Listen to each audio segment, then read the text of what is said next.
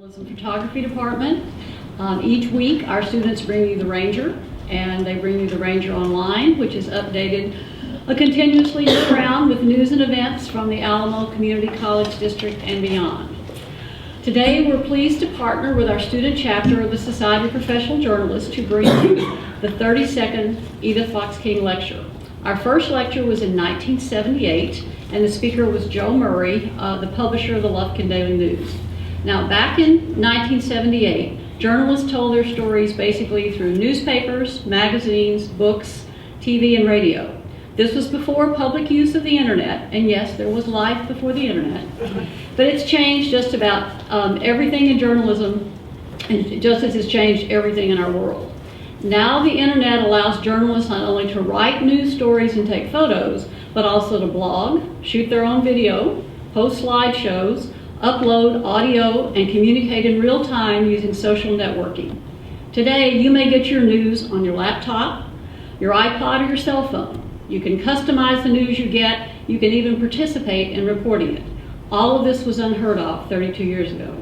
So as the methods of disseminating information change in a rapidly expanding media landscape, the role of journalists and journalism skills becomes much more important.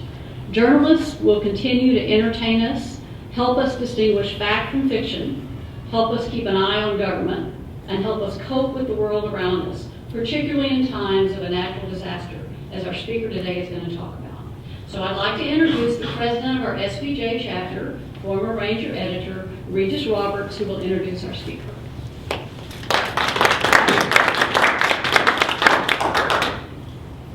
Let me handle this mic situation. There we go. Okay. Hello, good morning. Welcome to the 32nd Annual Edith Fox King Journalism Lecture. Like Ms. Odom said, my name is Regis Roberts. Today's event is sponsored by the Journalism Photography Department and the San Antonio College Student Chapter of the Society of Professional Journalists. This lecture series began in 1978, like Ms. Odom said, to honor Edith Fox King, who taught journalism at this college and was an advisor to the Ranger from 1958 to 1968. Through the years, we have welcomed a number of Pulitzer Prize winners, including 2 former San Antonio College students who received journalism's highest award, as well as journalists who have made an impact through work in the media. Today, we're pleased to welcome Leigh Jones to this college. Leigh is a reporter with the Galveston County Daily News, which is the oldest continuously published newspaper in Texas, established in 1842, not 1942, sorry. When Hurricane Ike rolled ashore in Galveston on September 13, 2008, it knocked out power and damaged many local businesses, including the Daily News. Using their cell phones and social networking websites, such as Twitter, Jones and other newspaper staffers continued reporting on the storm. As a result, the Daily News kept publishing in the immediate aftermath of the hurricane, which became the worst natural disaster since the storm of 1900. With help from local newspapers in New Braunfels and Victoria, which provided space and equipment for layout and printing, the Galveston County Daily News was able to continue publishing without missing a single issue. Leigh is a 1997 graduate of Texas State University San Marcos, where she received a Bachelor of Arts degree in English. She joined the Galveston newspaper in 2006, where she covers the City Council, the Planning Commission, and the Park Board of Trustees. Leigh also blogs about behind-the-scenes news events and produces video and audio segments to enhance stories on the newspaper's website. So she truly exemplifies the new direction and multimedia skills that are used in today's journalism industry. Before joining the Galveston County Daily News, Leigh served as a reporter for the New Braunfels Herald-Zeitung, where she covered education and city politics and developed the newspaper's first blog website. Leigh also worked in website production. Her news and features reporting has won awards from the Texas Associated Press Managing Editors and the Texas Press Association. So please join me in welcoming Leigh Jones.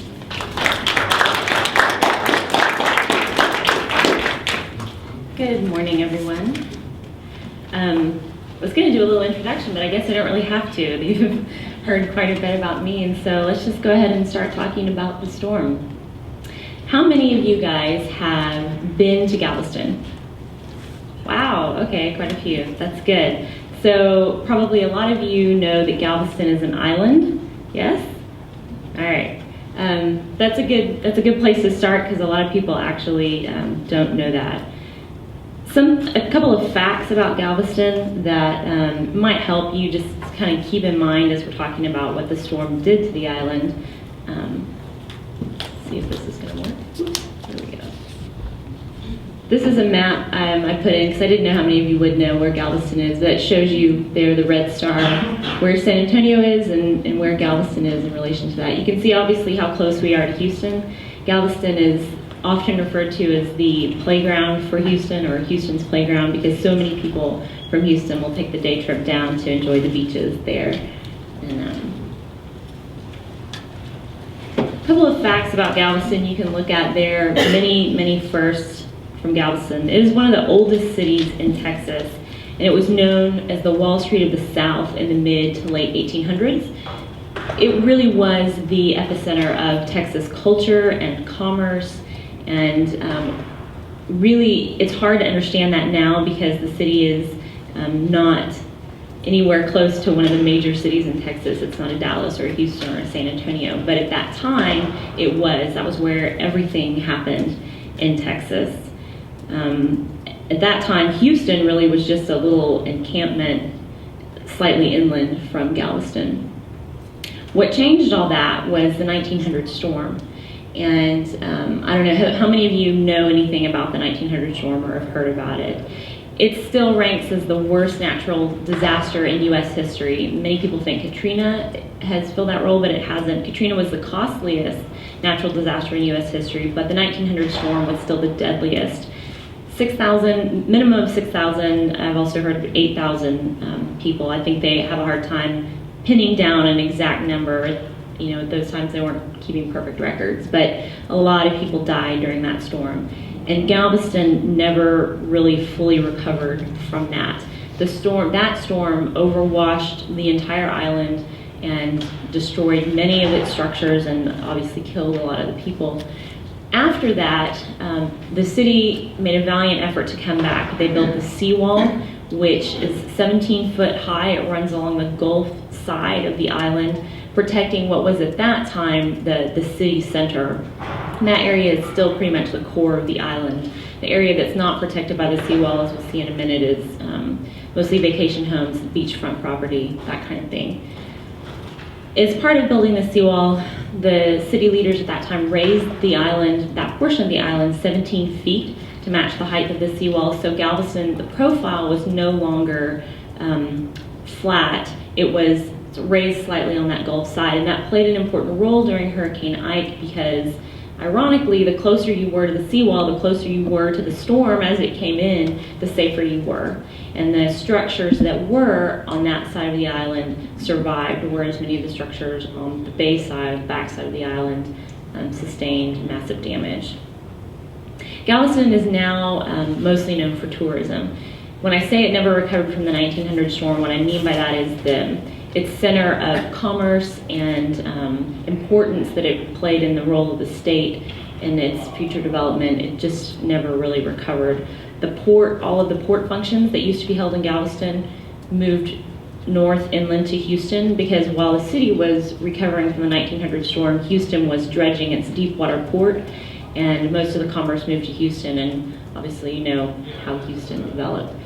But you can see there how many things Galveston did as first in Texas. First grocery store, first medical college, which we still have, the University of Texas Medical Branch in Galveston, first gas light, and on and on. So it was really an important part of Texas history.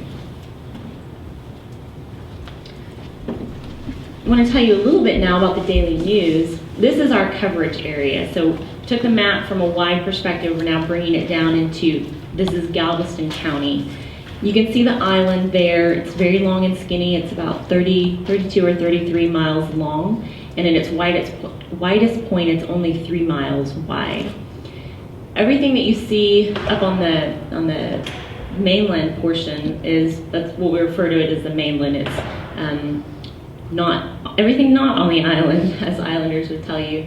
The Daily News has 2 offices, one on Galveston Island and one in Texas City, which I don't have a pointer, but where that 1765 square is, that's Texas City. That's the home of oil refining. Most of the oil refining in Texas actually occurs in Texas City.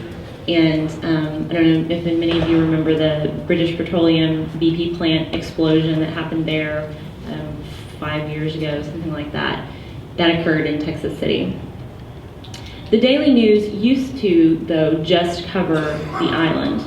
It is Texas' oldest newspaper, as you've heard. It was first published in 1842, and for those of you who know your Texas history, you'll know that Texas was still a republic at that time. It was the first business in Texas to install a telephone. I discovered that when I was doing some research for this. I thought you guys might find that a little bit interesting. So, always on the cutting edge of technology. We expanded our coverage to the county in 1990 when we bought out the Texas City Sun. It was a sister paper owned by the same company, but we merged with that and expanded our coverage now to that entire area. We have a staff of about 100. That's total advertising, classifieds, business department, all of that. In the newsroom, we now have 5 reporters and 2 photographers. So we're a pretty small operation. We pack a pretty good punch for our size. Like most other papers around the country, we have had layoffs and cutbacks. We've only had 1 round of layoffs, and that was last May, so almost a year ago now, and we cut total 10% of our entire staff, which amounted to 2 reporters in the newsroom and then a 1 photographer position. So despite that, we're doing pretty well financially, and we really hope that in the near future we'll be able to ramp back up and hire some more people. All right, I want to orient you to a couple of things on Galveston. This is another close-up of the main part of the island, and the seawall that was built after the 1900 storm runs from about where that 3005 number is up at the top, all the way down to this bottom 3005 number. So all of that area is protected by the seawall. Everything west of that, we refer to that as the west end, and again, that's where all of the beach houses and what have you are. You can see the port property, you see where it says Pelican Island, and then that cut there where the water is, that's our port. And that's going to be important on some of the pictures I show you a little bit later. Our downtown area is right adjacent to the port. That was where the city developed most of its commerce back in the 1800s, and those buildings, many of those buildings are still standing, and they've been converted into retail space and commercial space, and most recently into lofts apartments. So I actually now live downtown since the storm. Broadway, that's another sort of reference point that I'll mention when we're looking at some pictures, so kind of keep that in mind. It runs pretty much east-west across the island, and the other thing that I want you to keep in mind as I'm talking is where the San Luis Hotel is, and I wish I had a pointer. I'm going to sneak over there and point at the screen so you can see where it is, right about here. That hotel is built on an old fort, and it's considered to be the safest point on the island because the fort had, the fort was built behind the seawall, basically. So the lower portions of the hotel, they have a couple of ballrooms that are actually underground and fully behind the seawall. And so that truly is, when a storm comes in, the safest place on the island. And that is where all the city officials and leaders set up their base camp, their emergency operations center during the storm. It's where all the media goes, and if you're fortunate enough to be able to afford a room there as a resident and you want to stay on the island, that's usually where you go to during the storm. So just kind of keep that in mind as we go along. Hurricane Ike. This is a track of the storm from the time it formed just off the coast of Africa, which is, can't see, it's just off the slide there, but you can see the track that it took as it headed towards Galveston. One of the eerie things was that this storm followed the track of the 1900 storm almost exactly. It's very eerie. And I don't have a slide of that to show you, you just have to take my word for it. But that should have been a warning to many of us in Galveston, and it just wasn't. That Hurricane Ike was the fourth storm to enter the Gulf of Mexico in 2008. So by the time it arrived, we had some serious storm fatigue.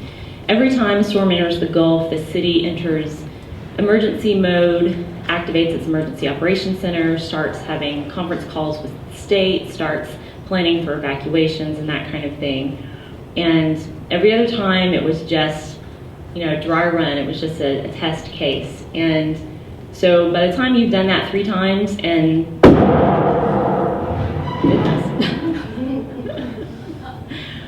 by the time you've done that several times, you're kind of tired of it, and you think that this is just going to be another dry run. And I think we weren't the only ones who felt that. Most of the residents also felt similar situations. Plus, it was only a Category 2 storm. And for those of you who know anything about the hurricane ranking system, Category 1 is the lowest, Category 5 is the highest. There are a couple of flaws in that, as they've discovered after Hurricane Ike.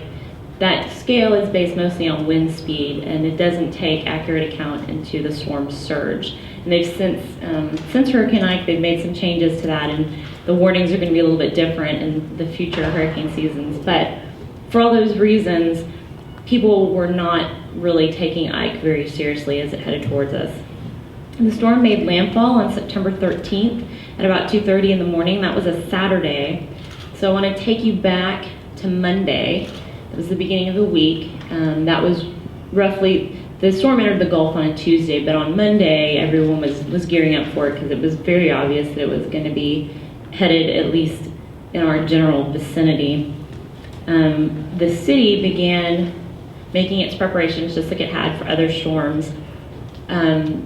By Wednesday, the storm had taken a turn slightly north to us, because at first it looked like it was going to go towards Corpus or towards the valley, kind of make landfall near where Dolly had made landfall earlier in the season. But by Wednesday, it took a turn towards Galveston, and city officials began making their preparations. They called for a mandatory evacuation of the west end of the island, which is not protected by the seawall.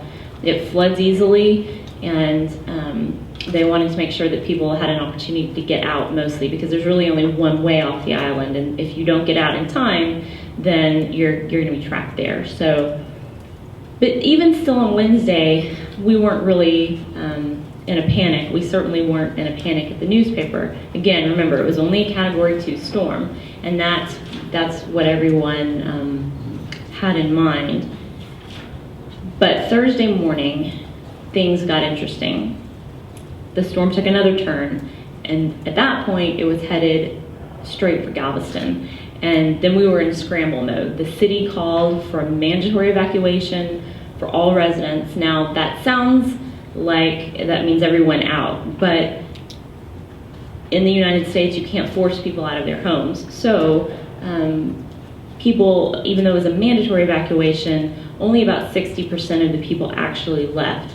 The city did mobilize their evacuation plan for special needs residents or people who couldn't drive off the island themselves. They didn't have their own transportation. And about 3,200 people evacuated on buses during the day on Thursday. And at the newspaper, we were also scrambling to make our plans about how we were going to cover this storm. We sent one reporter on the buses with the people who were evacuating. They went to shelters in Austin, and we wanted her to be able to cover the story from that angle. We have one reporter who was going to stay on the mainland with the county's Emergency Operations Center, which was north in Leigh City, which is kind of in the northern portions of the county. And 2 of us, myself and Rhiannon Myers, one of the other reporters, and our photo editor, Jennifer Reynolds, were going to stay at the San Luis with the city officials and cover the storm from there. We also have one other reporter and one editor who live downtown, and their plan was to stay in their loft apartment in downtown and kind of cover the storm from there. And we didn't really have much of a plan. I mean, we knew where everyone was going to be, but we didn't have time at that point to sit down and sort of map out how exactly we were going to cover it, what kind of stories we were going to write, or even when we were going to meet up, or how we were going to meet up, or anything like that. The storm I think everyone thought that it would blow in and it would blow back out and there'd be some down tree limbs and the power would probably go out for a day or so and that would be it, and then we'd all get back to normal.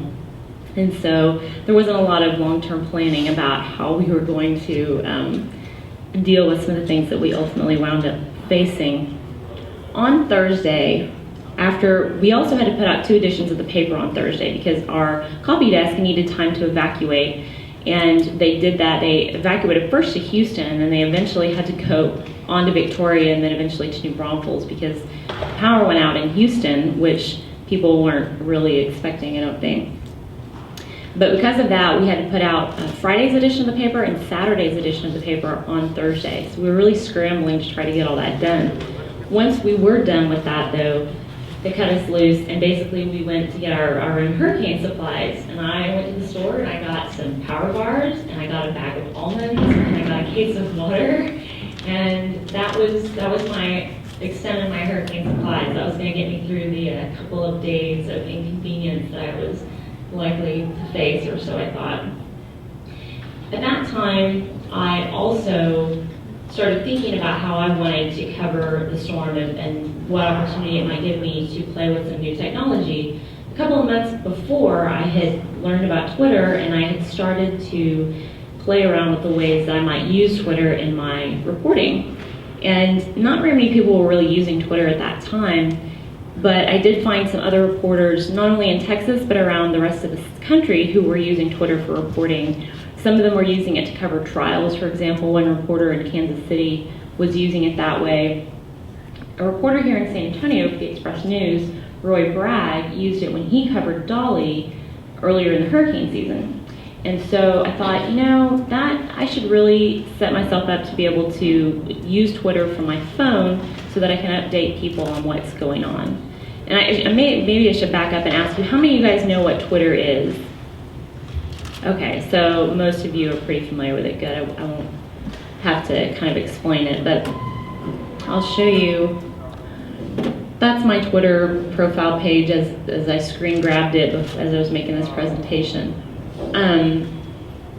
As most of you know, you post this little snippets of information, 140 characters, which really can get creative on how you structure your sentences because you don't have all the space in the world. On that Thursday, before I left the newspaper offices, I downloaded an application to my phone that would allow me to update Twitter. And at the time, I had maybe 25 followers. I really, I wasn't doing a whole lot with it, and so people I knew or whatever were following me. You can see now I have almost 600 followers, and all of that is because of the storm. And I'll talk a little bit more about that in a minute. I also wanted to let you know that while we were trying to get all of the newspaper stuff out and while we were preparing to cover the storm, I was also making preparations at home for the storm. My husband and I live in Galveston, and so Wednesday night after I got off work, we boarded up our windows and put our furniture up on blocks because we lived kind of near the water, and we thought that we might have a couple of inches, maybe a foot of water, and we wanted to protect as much as we could. Even though the storm, we didn't think it was going to be that bad. My husband was going to evacuate. It was kind of one less thing that I had to worry about while I was there. And so Thursday evening after I got off work and had gone to the grocery store and what have you, I went home, helped him pack the last of just a few things that we evacuated with, including all of our pets, into the car, and he drove up to Houston where his parents live so that he would be safe. On Thursday night, I went down to where our photographer lived downtown, and we were gonna all stay there, and then that next morning get up and head over to the San Luis and then start covering the storm as it made landfall, because the tropical force winds were expected to start at about noon on Friday. So we thought we had plenty of time. On Friday morning at about 5:30, our photographer got up. She was having a hard time sleeping. So she got up and looked out the window, and the streets downtown had already started to flood. So we had to scramble, we had to jump up, pack up all of the stuff that we had maybe unpacked the night before, race downstairs, get in the car, and drive out. And we are so lucky that she got up, because if she had not, just 30 minutes more and we would have been trapped downtown. That would have not have made for very good hurricane coverage. But we did make it out in time from downtown. And bearing in mind this is Friday morning, 24 hours, slightly less than 24 hours before the storm was making landfall and the water was already starting to rise. We had room reservations at the San Luis, but Friday morning was too early to check in, so we just stashed our bags in one of their storage rooms and headed out to see what we could see, what we could find to report on. And here are a couple of images about what we saw. This is on the seawall, and again, this is Friday. This is probably about mid-morning. The waves were already crashing so hard against the seawall that they were shooting up those plumes of foam that you see there. To kind of give you some perspective, that's a news truck, obviously, that was driving down. And there was already debris collecting on the street. So at that time, that was probably an uh-oh moment. We realized that it was going to be bad because of how ferocious those waves were and that powerful spray. There's a picture that our photographer took. I'm there on the left, and that's Rhiannon, the other reporter who stayed with me. This is, again, Friday still, before the storm actually came in. You can see all the debris that was already there piling up on the street. This is a picture on the seawall.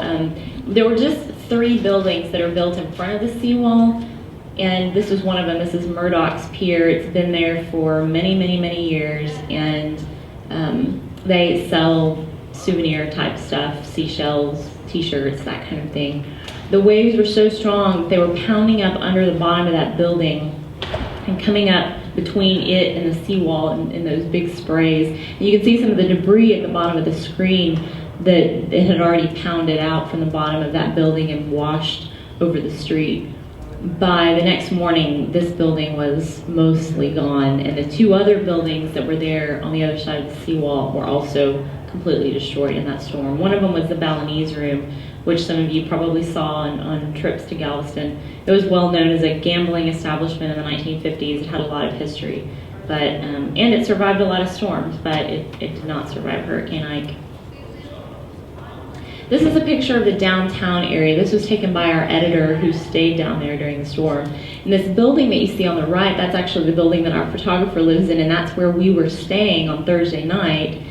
And this is probably mid-morning, so you can see how quickly the water was rising. There's, to give you some perspective of how high that was, there's a fire hydrant right there. And so those are probably about knee-high, so you can see just how quickly the water was rising. And again, this is on the back side of the island. It's near the port. And downtown does flood, but to have the water rise that quickly, everyone all of a sudden realized just how bad it was going to be. And the water eventually downtown rose to about 9 feet. So it flooded all of the first floor of all of these buildings, all of the businesses and that kind of thing, many of which didn't have any insurance, not any flood insurance anyway. Okay. After we went around, we spent the morning interviewing people who were staying, people who were preparing for the storm. We came back to the San Luis Hotel and we typed up our stories and we emailed them off to the copy desk. They posted them online. Actually, I'm not entirely sure what all they did with them because we were so busy actually reporting that we didn't pay a whole lot of attention until later to actually what our news product was looking like.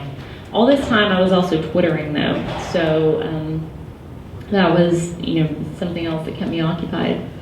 In the afternoon, fires started to break out. As the water rose and they hit the electrical transformers and power boxes, things started to short out and it started fires.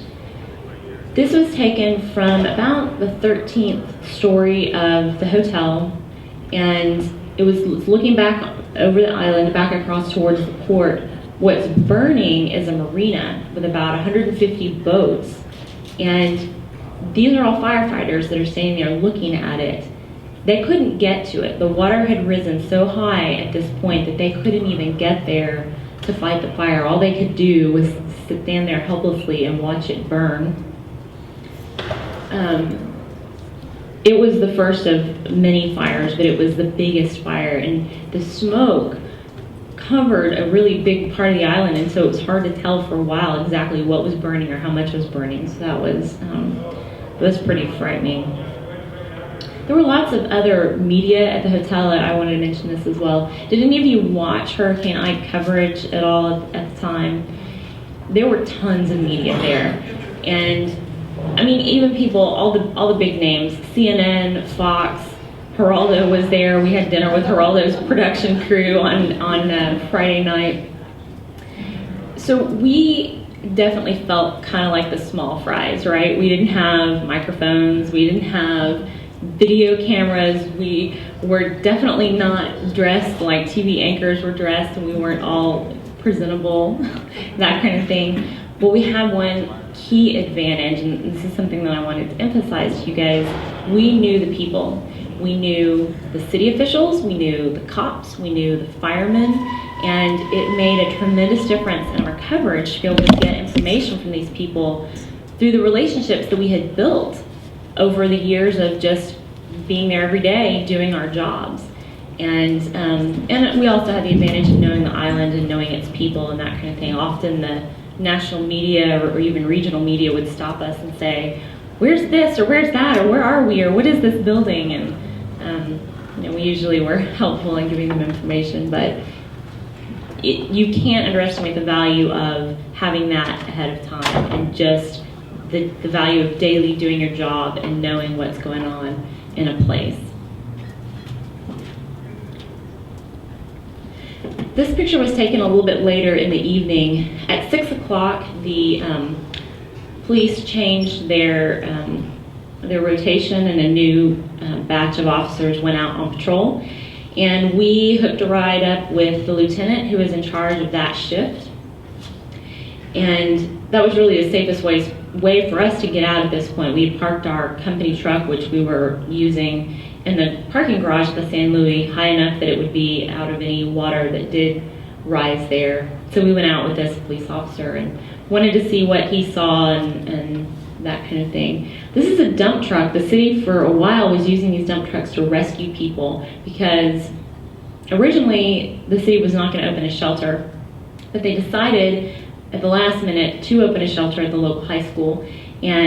But again, the water was rising so fast, people were calling 911, asking for rescues, and for a while, city crews were able to go out in dump trucks and high-profile vehicles and get these people. Eventually, though, the water got too high, and even though people were still calling 911, still asking for rescues, the city couldn't send anyone out. They were powerless. Dispatchers just had to tell people, I'm sorry, we'll take your address, and in the morning after the storm passes over, we'll come check on you. And they were advising people to get in their attics, to get on their roofs. It was definitely a frightening experience for a lot of people who stayed. That dump truck somehow got stranded in the water. I don't know if it had a mechanical problem or if it just tried to drive through too high water, but this is another picture that we took, or that our photographer took that night. This man, his car was that red one, the one in the back there of those two cars, and he came up to us as we were with this police officer, and he was asking the officer to call a tow truck for him. Because he said, my car, and he kept saying, the window's down, and it was raining a little bit. The window's down, and the officer was like, man, that car is gone. Just don't worry about it. Leave it. You need to get out. We tried to get him to come with us, and he wouldn't. I think he was having a really hard time processing what was happening. And so our photographer took this picture as he was going back to his car and his house. I'm not exactly sure what happened to him after that, but we couldn't get him to go with us. Right after we talked to him, the lieutenant in charge of that shift decided that the water was rising too fast, the wind was blowing too hard, it was too dangerous for the officers to continue to stay on the street, and so he called them back in. This was about 8 o'clock, so it was an hour earlier than they had hoped they would be able to stay out and continue to patrol and do rescues. So we headed back to the hotel, and just as we were pulling up to the hotel. It's, again, 15 stories. It was all lit up against this dark sky, what have you. Just as we drove up to the hotel, the power went out. And that was a really, it was kind of like, okay, here we go. This is where it starts to get fun. I mean, we knew that the power was going to go out, but still, just to have it all of a sudden while we're standing there watching it blink out was kind of crazy. The hotel had a generator, and so for a while I think for a while the elevators even worked, but eventually those also stopped, and we just had little small lights, like floor lights that were around, so we could see a little bit where we were going and what have you. Although we had reservations at the hotel, we were not able to get a room because Friday morning, the city officials who had originally thought they were going to ride the storm out at City Hall decided that they actually needed to come to the hotel. And so the hotel kicked all of the media out of their rooms to make room for the city. It really wasn't that big a deal anyway, because during the storm, they made everyone come out of their rooms that were up high and come into those lower levels that I told you about where they were protected. So we grabbed a couple of pool chairs. They had pulled all of the pool furniture off the pool deck into one of their ballrooms. So we secured 3 pool chairs and stretched out and made our little base for the night. We took showers while we still had water so that we didn't know when the next time would be that we'd get a chance to shower. So we did that, and then we kind of settled in for the night. And it was very windy, and it was starting to get kind of hot in the hotel because we had no AC, obviously, and it was all closed up because of the storm raging outside. I fell asleep, which is a fortunate thing to be able to do during times like this. Everyone always wants to know, you stayed, what was it like? And I'm like, I don't know, I was asleep. But that was important because we definitely worked hard over the next couple of days, and it was good that I was able to get some sleep. When the eye of the storm came over, though, it got really quiet, and the eye actually came straight over downtown Galveston, and it lasted for about an hour and a half, which is a long time. It gives you an idea of just how big this storm was. During the eye, everyone got up, and a lot of people went outside. I didn't. I was interviewing a man who had stayed with his family at his house, and the water rose to about chest high, and that's when he decided, maybe we ought to get out of here. So he took his family in their ski boat, which he was able to float out of the garage, and motored their way over to the San Luis Hotel, and he was standing there in the hotel sopping wet. A lot of people interviewed him. You might have actually seen him on TV. He had a really interesting story, but then the winds picked up again, the backside of the storm came around, and we went back and hunkered down again until the morning. When we got up the next morning, this is some of what we saw. Now this was later in the day. First thing on Saturday morning, the winds were still very, very high, and although it was light out, we couldn't actually go out because it was still too windy, but a lot of the first responders were headed out. The policemen, the firemen, city officials, that kind of thing. And so another advantage that we had over some of the national media is we had police scanners, and we sat in the parking garage of the San Luis Hotel where we could gauge the wind and when it died down enough that we could finally go out. And we listened to the police scanner, and I Twittered what they were hearing because they were reporting back to city officials. And they were reporting on landmarks, that what kind of damage landmarks had, and they were reporting on people they were finding and what have you. And I Twittered it all using my cell phone. We still had cell phone communication at that point. And one of our reporters who had evacuated, the one who was in Austin, she was reading my Twitter accounts and compiling it into a story that they posted online.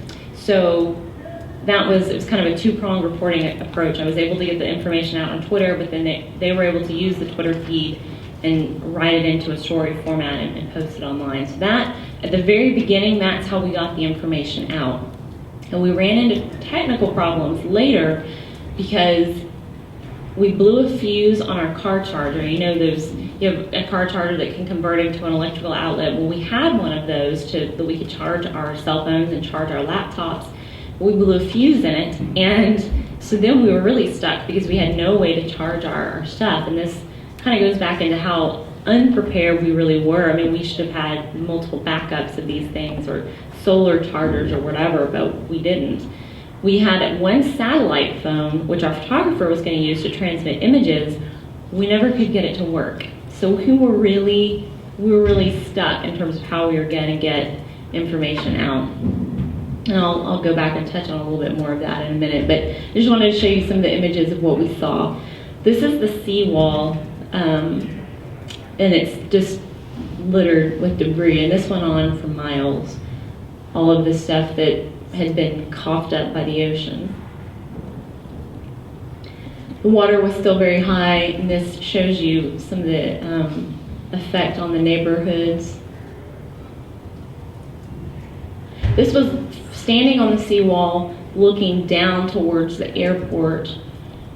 And again, you can see the water is still, many homes were still flooded. A lot of the homes that did flood sat underwater for probably 24 to 48 hours. Not as long as the houses sat in Katrina, obviously, but still long enough to do a lot of damage. Somebody's car that they left in their garage. These two girls stayed downtown. This is a picture of kind of the downtown area.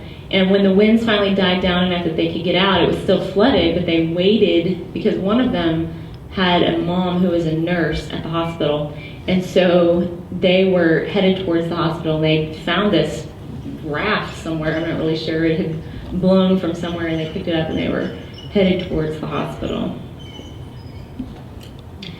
Fires continued to rage during the day on Saturday, and at this point, the firefighters could actually get to them, but we had no water. Not only had the power gone out, the natural gas connections had all been submerged, and the city's water system and sewer system were both compromised. So we had absolutely no water to fight fires. And basically the firemen, there were a couple of tanker trucks that they had that were full of water, but they didn't want to expend all of that water on saving structures that were already fully engulfed like this, so they used them to try to protect structures on either side. I don't remember exactly how many houses burned during the storm, but it was quite a few. And this is a row of townhomes, and actually I think 6 of them all in a row burned down.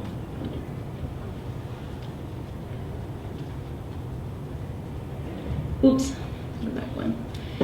This is near the newspaper offices. There's a marina, and I don't know how many boats they had there, but all of those boats, and a lot of them were very big boats, ended up across the freeway. And TxDOT had to come in with crews to clear those boats before anyone could get on or off the island. And it was quite a sight to see them actually clearing them. They were using forklifts in some cases if the boats were small enough, and they were just spearing them in the side and pushing them out of the way because they just wanted to clear the roads quickly. A lot of those boats that were on the side, like this sailboat here that's over on its keel, that's out there for like a month, and that was kind of in the middle of the freeway. And it sat there for a long time before crews finally came out and cleared it. This is a picture on the west end. Kind of shows you some of the damage. That was the remains of a house.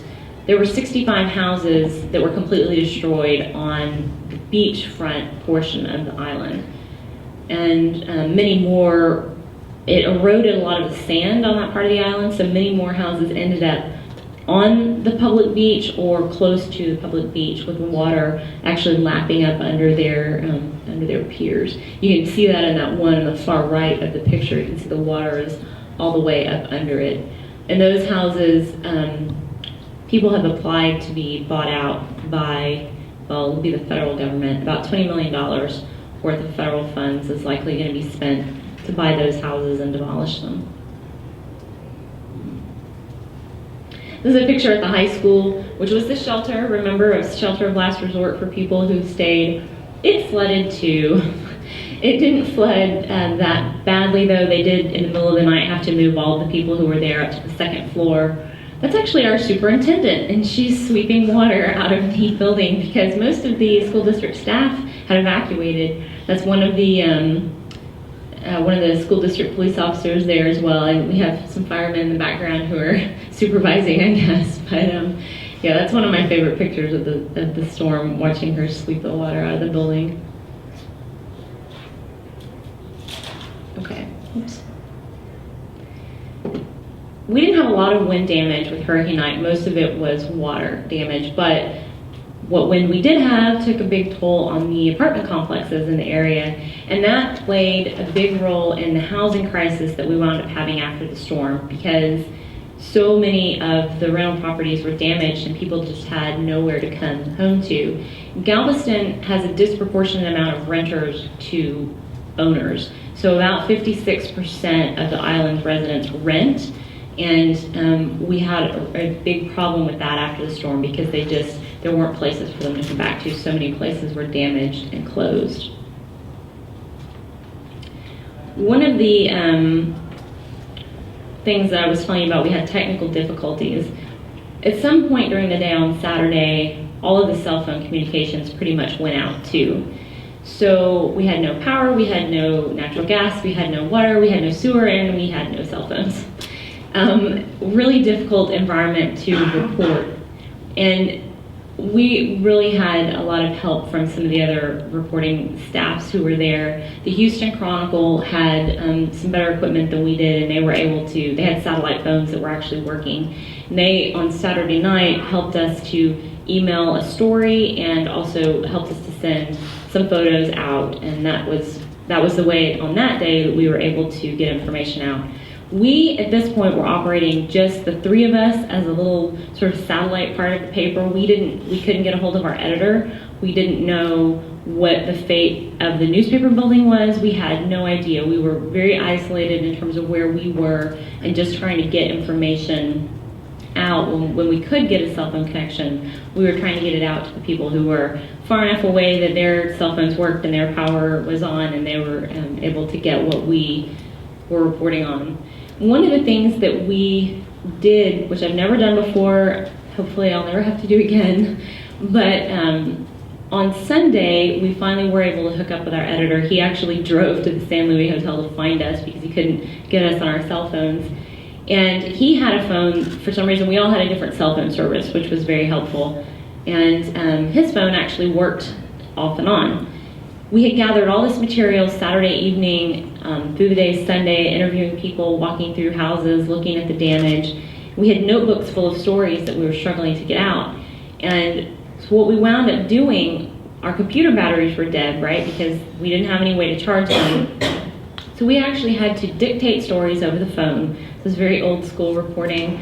And we were writing out of our notebooks without even having enough time to sit down and write them out. We were having to sort of read through our notes and compose the story in our heads and dictate it over to, it was actually our sports desk guys who had been put into service as taking dictation, and they were just typing up what we were telling them, editing it and posting it online, putting it in the paper. That was very, very difficult, and it's one of those things that you think, oh, I couldn't do under normal circumstances, but when you're in that situation, the only way you can get the news out is to do it that way.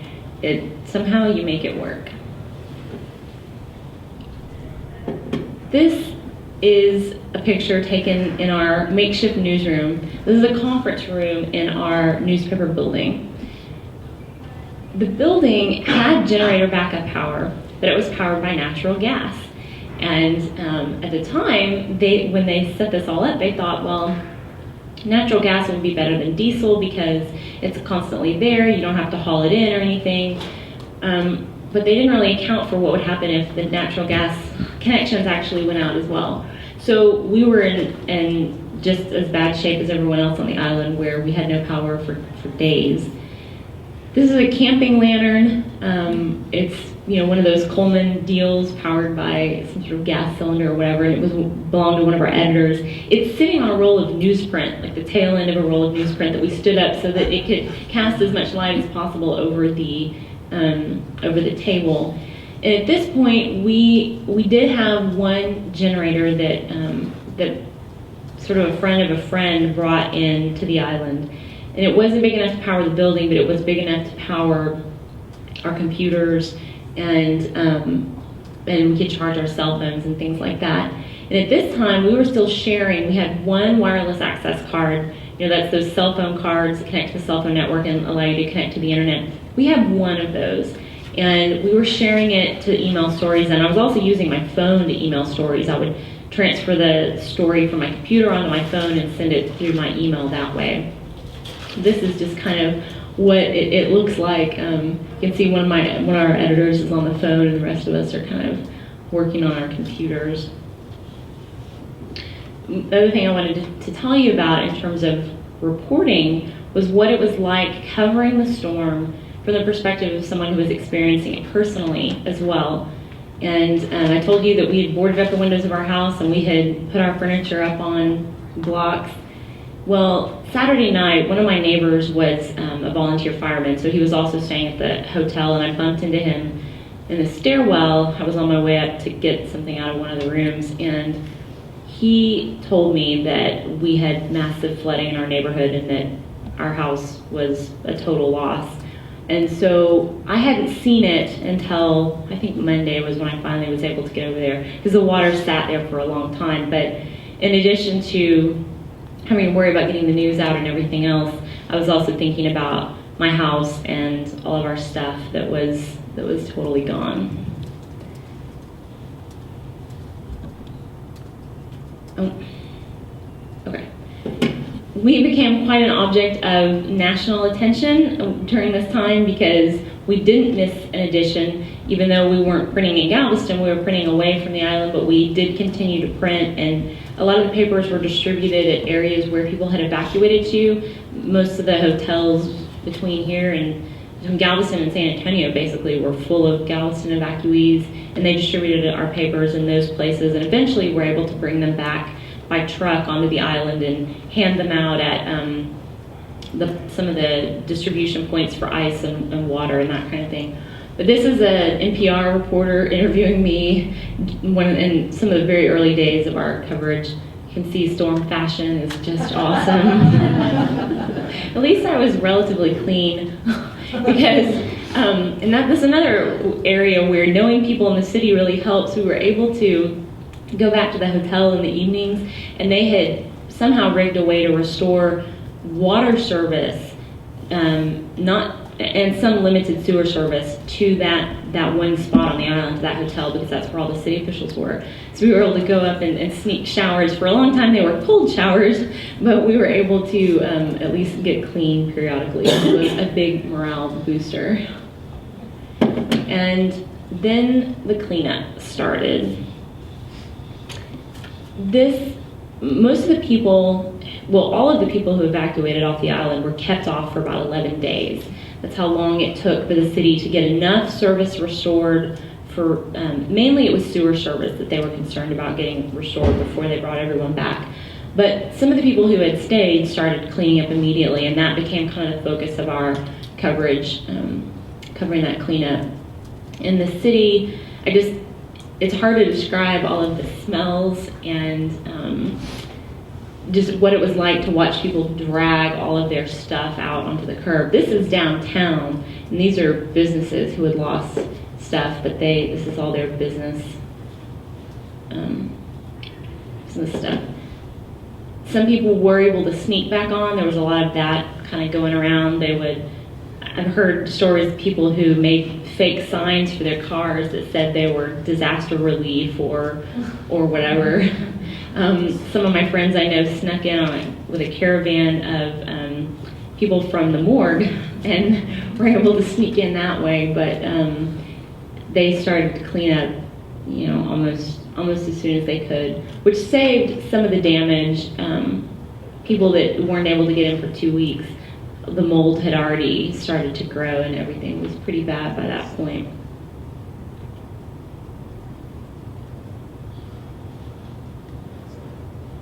This is a picture from the library, which was also flooded.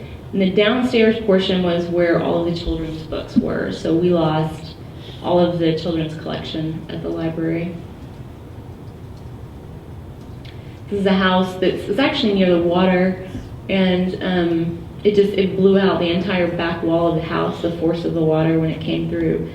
And this woman, she was there for the first time. Her husband had been back. He was an emergency doctor at the hospital, and so he had stayed and had seen it, but this was her first trip back to the house. And we walked through with her and watched her pick up some of her kids' clothes and just kind of anything that she could salvage. And the debris piles started to grow at this point. All of the stuff that people were just dragging out of their houses to the curb was pretty crazy.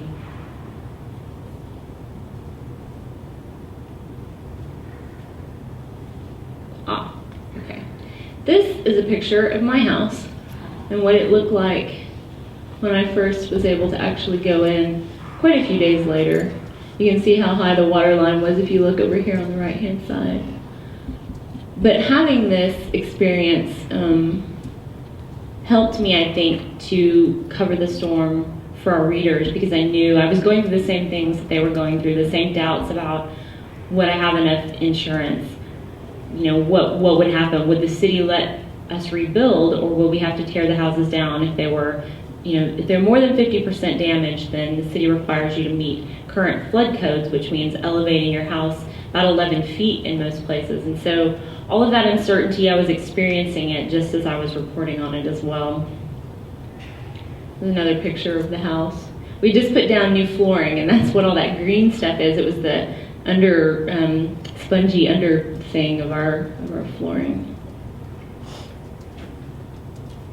This is a picture of one of the points of distribution where the National Guard was handing out water and ice. And this guy, you can see, he had no car evidently, but he had managed to rig a trailer up to his bicycle and was hauling away some MREs and some ice and some water. That's the line this is the line for ice and water. There were definitely some bright moments, though. It wasn't all doom and gloom. These are people who you can see they're drying some of their stuff. No doubt they had damage, but they had a flag, probably came off their house, and they stuck it in a tree. And I did a story one Sunday, probably 2 or 3 weeks after the storm, about all of the American flags that started sprouting up all over the island, and it was kind of a symbol of hope and we will recover kind of thing. That, I think that picture is from that story. This was a good day on the island when Kroger reopened. They didn't have full power. They were operating on generators, but they were able to reopen, and it made a huge difference in the morale for a lot of people who were there. This is another bright spot. This is the day that Kroger opened. We were driving down the road on the way to something to cover, and we saw these two guys, and they commandeered a shopping cart, and they were headed home with a bag full of groceries and 2 bunches of flowers. And we were like, what are you doing with flowers? So we stopped to talk to them, and they were really funny, nice guys, and they said, well, we picked them up for our lady friends. We're just trying to make them feel better. And I don't remember whether these were girlfriends or wives or whatever, but that was kind of a funny picture to see them headed off with flowers. 11 days after the storm made landfall, the mayor finally said people could come home. This is the morning of that day. We went up onto the roof of our building, and you can see that that bridge that you see in the background is the causeway. That's the bridge onto the island. So our building is pretty close to that point, and we stood on the roof, and our photo editor Jennifer took a picture of all these cars streaming in. This is probably 6:30 in the morning or something like that. And so that day we fanned out over the island and talked to people as they were coming in. This is the woman. I went in with her, walked with her through her front door for the first time, and she was seeing all the damage. See, she's got a camera in one hand. She's taking pictures for insurance purposes. And unfortunately, it's too dark. You can't tell, but that's a tray in her drawer, where you keep all your utensils, and it was full of water. The water had risen up, and when it went down, it left water still in that tray. And let me tell you, that water smelled horrible, really, really bad. And there were some people with a good sense of humor, which is nice. It's always good to have that. There were lots and lots of funny signs that popped up around town. Like, I Twittered a lot of those. This was one of them. This is actually right across the street from where I lived.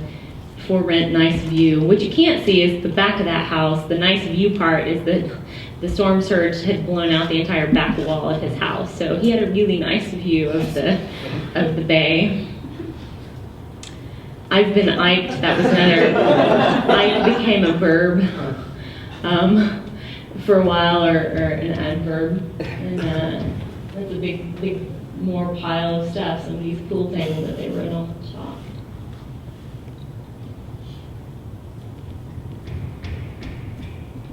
Oops. More debris. This is shot along a street where people had started to drag all their possessions out to the curb.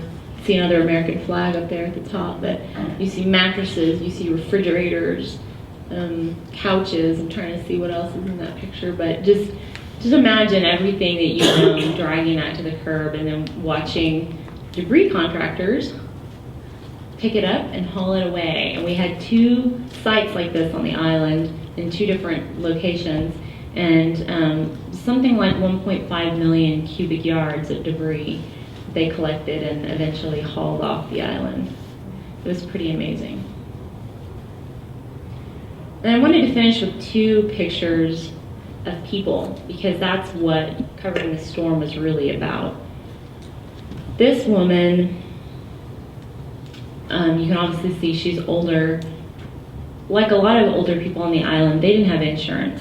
They didn't have flood insurance because they didn't have mortgages. They paid off their houses, and then at that point they weren't required to have flood insurance. And we were talking to her about what she was going to do, how she was going to recover, and you can see the pain on her face, and that's what we tried to capture in our photography and our reporting, was to get at the heart of that and explain that, tell that story to people.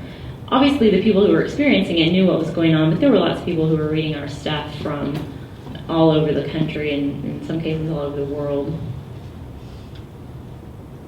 This woman, you can't see because she's pulled her shirt up over her mouth, but she had a tracheotomy, and she had been in and out of the hospital. They wouldn't let her into the shelter because they had closed the time for taking people in, and she was just sitting there. She didn't know what she was going to do. She didn't know where she was going to stay. And this is another role that we were able to play in holding people accountable. Some of the people that we had met at the shelter during the days after the storm, they called us and they said, "Hey, you guys need to come out here. This is going on." And so when we showed up with our notebooks and our cameras and we started taking pictures, and the officials started to take notice, even though they had told her no before, they not only did they let her in the shelter after we showed up, but they actually got her a place to live. And so that was one person that we were at least able to help. That's all I have for you guys in terms of a formal presentation, but I'd love to answer any questions that you might have. Not all at once. Don't run over each other to get up here. No questions? Not at all? Sure, somebody does. Well, yeah. One thing I was kind of interested in is a lot of people have been talking about how, the internet and stuff like Twitter and social networking sites is really going to completely change the face of journalism. Do you think that's the case, or is it just another tool in the journalist's arsenal? I guess it depends on how you look at it. What we do is always going to be the same, right? We collect information and we get it out there and we report the facts. We tell people's story. But the method of delivery, which I think is pretty much what you're talking about, is definitely going to change. You're not going to see, and this is my opinion, but you're not going to see printed copies of a paper for very much longer. Now, I don't know whether that's 10 years or 20 years or 30 years, but eventually that's going to phase out. It just is. But that doesn't mean that journalism has changed. I think a lot of people feel threatened by that. But I I mean, I would say don't feel threatened by that. It just means the method of delivery is different, but what we do remains fundamentally the same. And I would also argue that newspaper reporters are in the best position to take advantage of new technology because of what we've done in the past. We're better placed than television, even though they're already doing video, for example. But if you look at what TV news does, it's little bites of stuff. They don't tell stories the same way that we tell them. So if we capitalize on that technology, tell the same stories that we've been telling, just do it in a different way, we're much better equipped to do that than television news, for example, is, or even radio news, because they don't write. They don't write things out and tell a complete story from beginning to end. So does that answer your question? Yeah. Have you been able to sort of contrast or maybe look back at the coverage of the 1900 storm and see the difference in the way that storm was covered compared to not necessarily the techniques, but just how they handled it? I haven't actually. I should go back to our paper morgue and do that. Because it seems to me that the style is sort of different, just looking at the way that newspaper articles were written, Sure. The turn of the century, things like that, that it's more, like you said, you look at, people's stories a lot more than, say, hard facts stories. Right. Yeah. Well, what was your thinking when you were going out to look for stories? Did you have a notion of I'm looking for this, or was the chaos, forcing you to just sort of, operate on your toes and sort of just adapt to whatever came to you?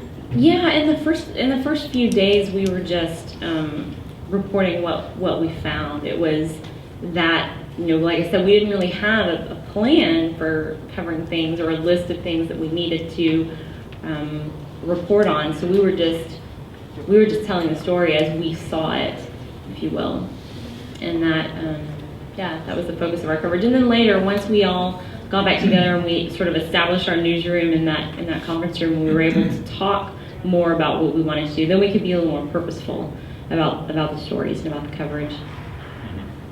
Was it, just from your biography, you tend to be more government coverage. Was it hard to adapt to, or the different kinds of styles of writing, or has your training allowed you to be able to switch in and out?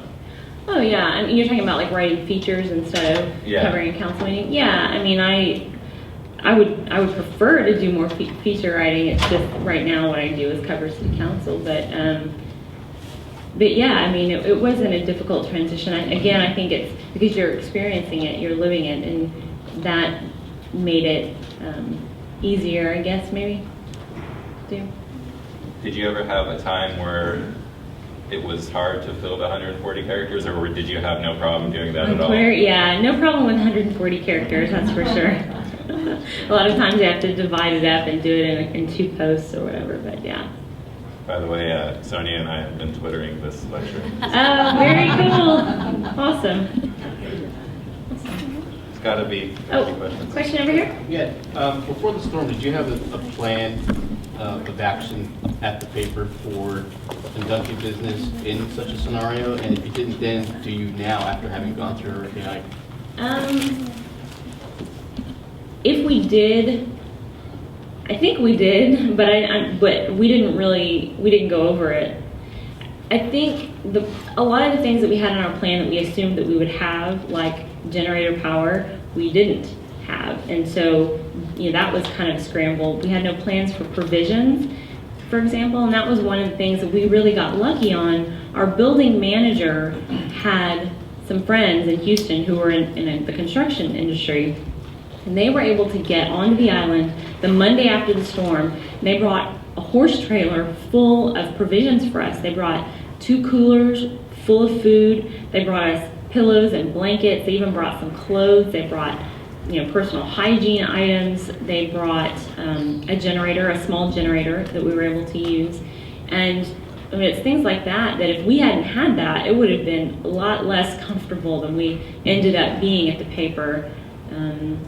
We should probably have things like inflatable mattresses stored and blankets stored and that kind of thing at the beginning of the hurricane season. So when things like this happen, we're ready to go. But I think they had a coverage plan. In fact, I know they had a coverage plan because we had a copy of it. It hadn't been updated in years.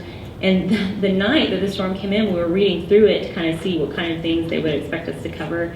And there were things on there we were like, you're kidding, this isn't even relevant. So that plan definitely needs to be updated. And I know probably 3 months after the storm, they asked us to send suggestions to them for ways to update that plan. And I haven't seen the finished product, but I suspect it looks a lot different. Rolanda, did you have? Thanks, Sarah. Yeah, Sure. there was one other This will be our question. last question. I was wondering if y'all had talked to any other people when it was taking longer to fix the sewage and everything.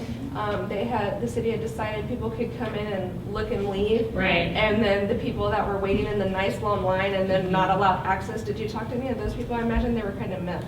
Oh, they were very angry, yeah. There was a lot of frustration from people who either had waited in that line and weren't able to get on the island, but then just even people who hadn't waited in the line but just couldn't get home. There was a tremendous amount of frustration because, like I said earlier, the longer they waited, the worse the damage got. The more, sure, the water came up and then it left, but then the mold started to grow. And so, yeah, there was a tremendous amount of frustration. We wrote a number of stories about that. Yeah. Well, thank you very much.